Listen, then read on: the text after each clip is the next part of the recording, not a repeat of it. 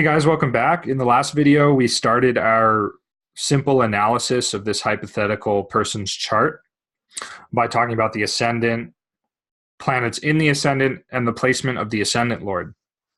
So we talked about Jupiter with Mercury, and we talked a little bit about Mars and his rulerships.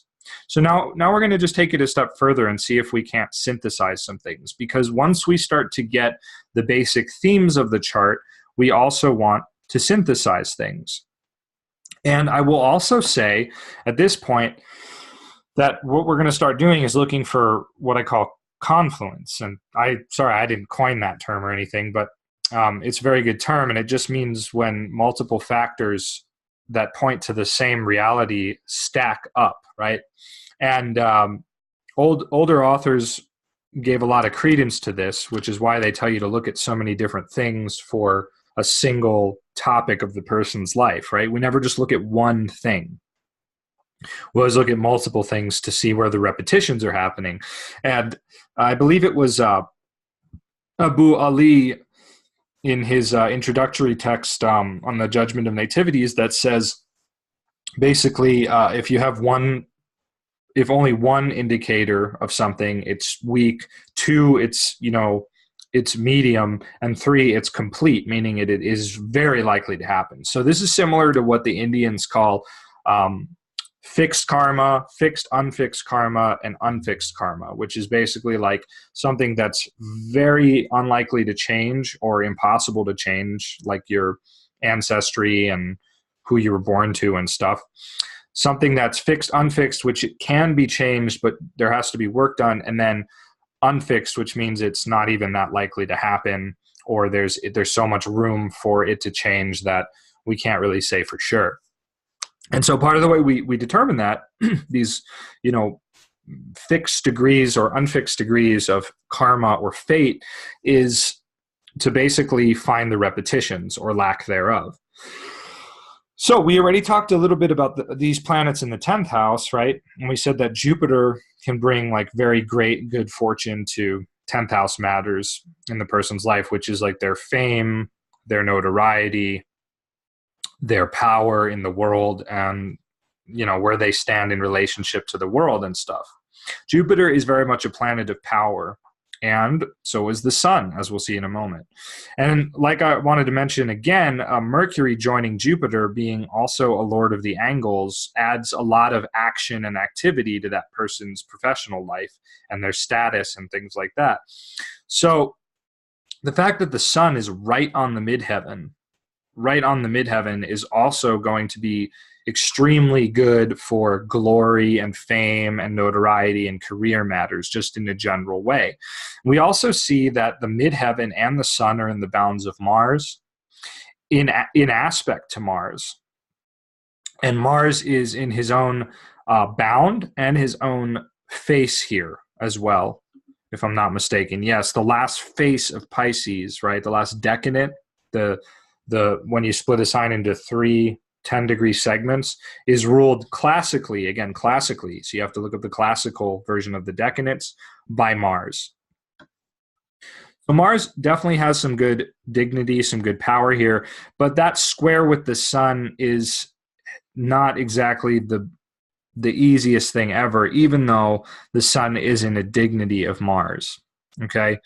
But nonetheless, just forgoing that for a moment, right, we do have Mars exerting a powerful influence on the ascendant, especially since the ascendant is in the Mars bounds and Mars face, along with Mars. So basically what we are getting, a powerful series of repetitions about a certain level of success of some kind or notoriety. Now, whether or not it'll be, happy-go-lucky or not is another thing that we have to look at, right? Like, I think that this Mars square is probably going to create some conflicts for the person for sure. But what those are going to be, that is, again, we're just doing the general level right now. We're not getting into the nitty-gritty details, okay? But basically, I just wanted to point out that we have all of these. We have the ascendant lord, sun, and this Mercury all in the 10th house. And we have the prenatal lunation here, which is just an important point in general. So the 10th house is extremely empowered in this person's chart, extremely empowered.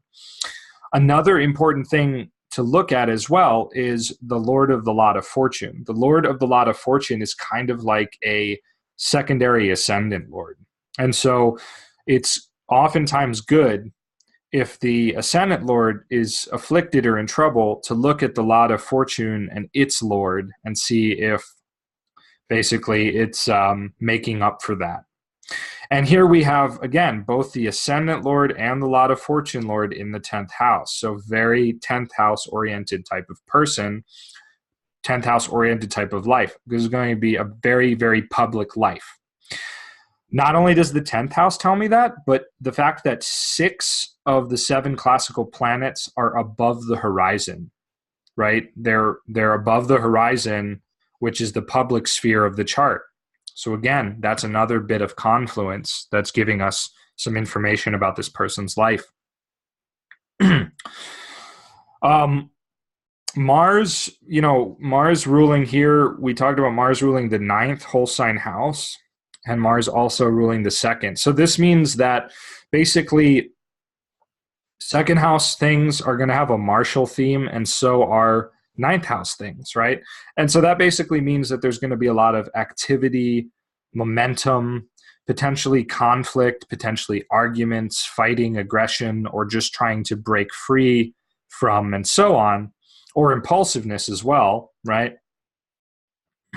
And as you study astrology, you'll learn that Sun square Mars in any capacity can oftentimes signify extreme impulsiveness, aggression, or frustration. And so basically that means that the 2nd house, which deals with possessions and finances and also family, according to the Indian astrologers, right, is going to basically be, there's going to be a lot of, without judging it, like just change in momentum in that area of life. And that's going to make a marked impact upon the life path of the native. So that would translate to potentially conflicts or fighting with family having a marked influence upon this person's path and direction in life. That will also mean, dealing with possessions and money. Those things will be strongly on the native's mind, influencing the native. Again, because it's Mars, it may be this sense of how to get money, so to speak, like how to grab it, how to attain it, how to fight for it, and so on. And then we have, same thing with the 9th house, right? And I'm doing this really linearly. I'm not going to lie. When I do this, I don't do it quite this linearly. I just kind of absorb as much data as I can and start to see where the repetitions are. And I get a feel for how the planet or the signature is going to manifest. And sometimes I will get an image in my mind, which is the best thing to have happen because that's usually the most accurate scenario. But in order to get to that point, you have to kind of start like I'm showing you and just sort of, pick at it till it starts to feel comfortable. So again, 9th house, Mars stuff, right? This is 9th house is our relationship with God, our belief system, and so on. And Mars tends to make people that,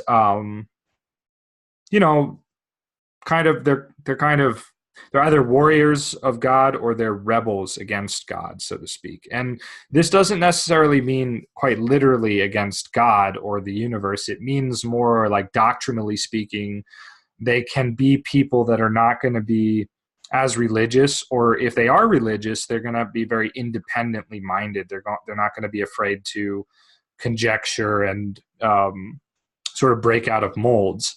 And there's, of course, several other things we need to analyze with regard to religion. If we're looking at the religion of the person, we need to, of course, examine the 9th house, examine Jupiter and Mercury, and even examine the lot of faith, which I don't have calculated here at the moment. But the lot of faith is usually very close to the lot of spirit. And if I'm not mistaken, it's from Moon to Mercury that we get the lot of faith in a day chart. But we're not going to do that now. So I'm not going to say whether this person is religious or not, but I'm going to say that, you know, potentially battles and conflicts involving like religious ideology or religious figures may have a marked influence on the person's life path. Ninth house is also foreign cultures, and higher studies of any kind, right? And the law of spirit combining with the ninth house, right, is actually, and it's actually very closely trine to Mars, which doesn't always happen. The lot of spirit is not always closely aspected by its own lord. So this is kind of a scenario where we get a potentially very prophetic person, actually very possibly psychically open person. It's not the most auspicious thing for Venus to be in the ninth house in a day chart. It can make a person a little bit woo-woo, like they tend to think that they're more spiritual or spiritually exalted than they really are, and stuff like that. So but you know, what we could say about this hypothetical person is that they may have like, they may be very open to messages from beyond, they may have a very active dream life, they may get visions and things like that. But because it's Mars and Venus, and because this is a day chart, and Mars and Venus are not day chart planets, which is something called sect, okay, which maybe eventually I'll do a video on it. But basically, planets contrary to sect can be a very alternative manifestation to the norm. So this person is likely to, on some level, have a very alternative religious experience, maybe you could say. But that's just very general, right? Again, very, very general. It's much different when you are reading an actual chart of an actual person that you are interacting with or you've communicated with and they've asked you specific questions and stuff. Very rarely are we ever just going to read a chart just not knowing anything about the person at all.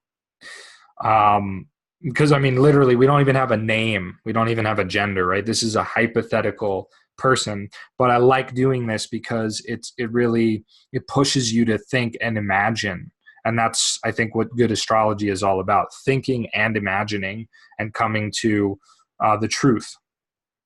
Okay, cool, guys. So please like, subscribe, and share this video far and wide across the lands, and check out my website for individualized offerings and more. All right, stay tuned for more soon.